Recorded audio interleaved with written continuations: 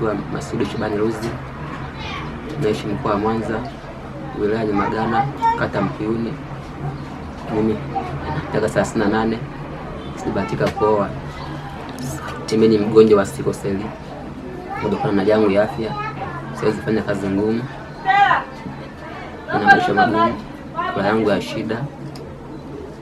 Kwa maskini, sina wazazi, ndugu nilionao uwezo hawana.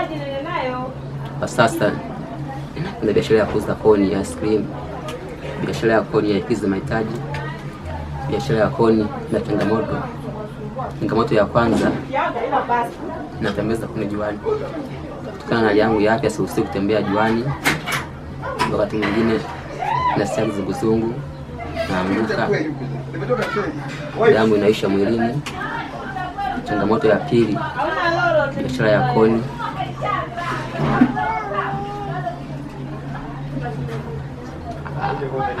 Haina soko kipindi cha baridi. Watu wengi watumia koni kipindi cha baridi, kwa hiyo maisha huwa magumu sana, na pia tunakosa la kula. Naweza kushinda njaa, naweza nikala njaa. Wakati mwingine nikiugua, ninakosa pesa ya matibabu, sina pa kuishi. Nimekuwa kazi na mtu hapa, naweza nikafukuzwa.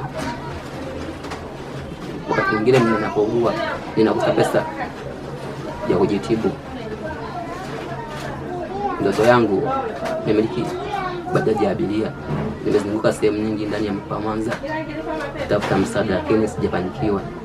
Naomba Mheshimiwa Rais Mama Samia Suluhu Hassan, kwa chini ya miguu yako mabaya, mimi nao naomba unisaidie.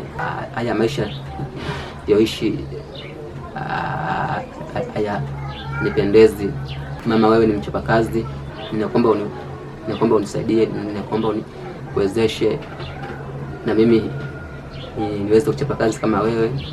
Mama, nakuomba Mheshimiwa Rais Mama Samia Suluhu Hassan, mimi ndugu yenu, Tanzania mwenzenu, mdogo wenu, mtoto wenu, naomba msaidie, nipo chini ya miguu yenu.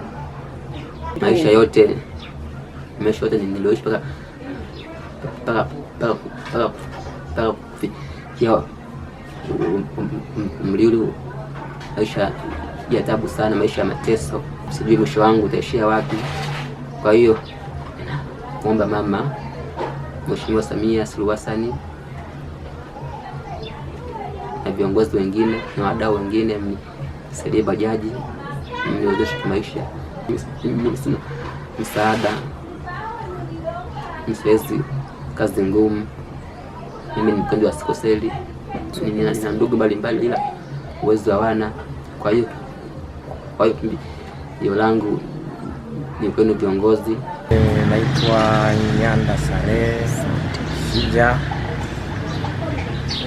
ni mkazi wa Mwanza Mkuyuni, mtaa wa Salanda.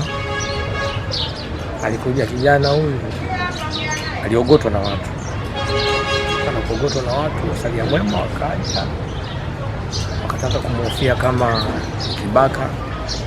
Baada kukaa naye mimi nikampeleleza, akaniambia mimi ni mtoto yatima, baba na mama wote washafariki, sina makazi ya kukaa, naomba msaada, kama una chochote, kama una hifadhi nisaidie.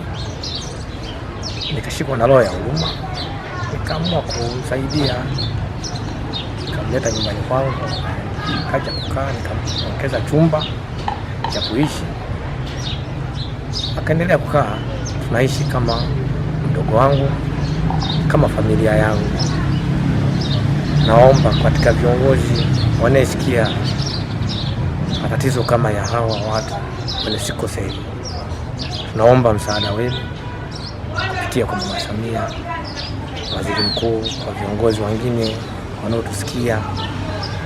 Tunaomba ushirikiano na ukarimu kwa hao watu wenye walemavu. Una muda gani umekaa naye? Sasa hivi na miaka 4 tangia nimekaa naye. na tunaishi naye tu vizuri. Ana nguvu za kupambana, isipokuwa mtaji hana, na mimi ndio nilio naye. Nilicho nacho hicho ndio namsaidia. Anakula, anaenda na uzauza vipipi, lakini hana nguvu ya utegemezi zaidi ya hapo.